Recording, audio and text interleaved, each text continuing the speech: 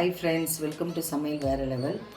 இந்த வீடியோவில் நீங்கள் பார்க்க போகிறது சுவையான கேப்சிகம் சாம்பார், குடைமிளகாய் சாம்பார்.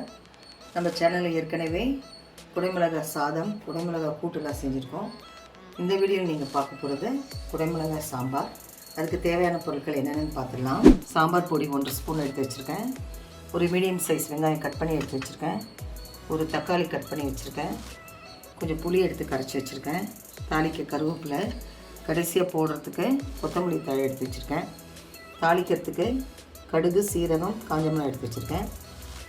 அரை கப் பருப்பு வேக வச்சு கடைஞ்சி எடுத்து வச்சுருக்கேன். ஒரு 2 கேப்சிகம் குடைமிளகாவை கட் பண்ணி எடுத்து வச்சுருக்கேன். இப்போ எப்படி செய்யலாம் பார்க்கலாம் வாங்க. அடுப்பத்தை வச்சு ஒரு பேன் வச்சுக்கலாம். 1 டேபிள் ஸ்பூன் ஆயில் சேர்த்துடலாம்.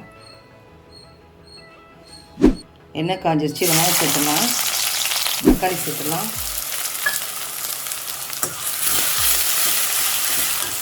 நல்லா வதங்கிட்டோம். தக்காளி வெங்காயம் வதங்கி கொஞ்சம் உப்பு சேர்த்துடலாம்.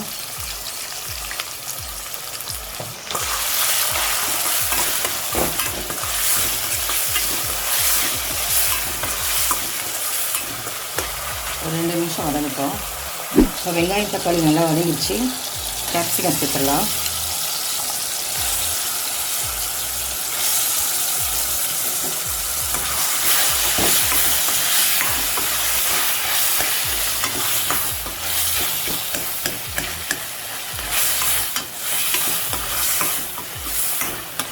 ஒரு 2 நிமிஷம் வதங்கட்டும். அதுக்கப்புறம் சாம்பார் பொடிமா சேர்த்துடலாம். ஒரு பிஞ்ச் மஞ்சள் சேர்த்துடலாம்.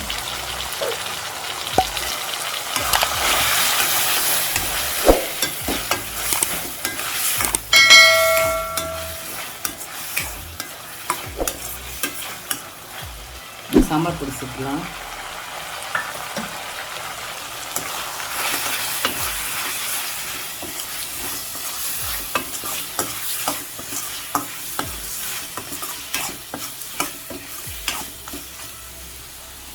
இப்போ மூடி போட்டு 5 மினிட்ஸ் வதங்க விடலாம்.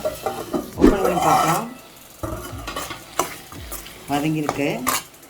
இந்த ஸ்டேஜில் கரைச்சி வச்ச புளி தண்ணி சேர்த்துடலாம்.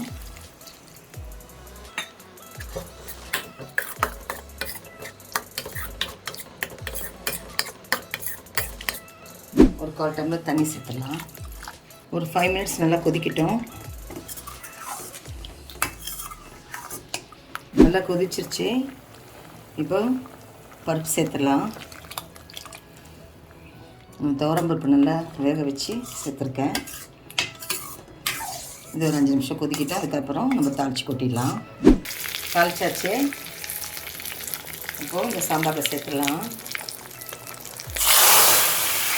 ரெடி ஆகிடுச்சுங்க. கொத்தமல்லி தழை போட்டு இறக்கிடலாம்.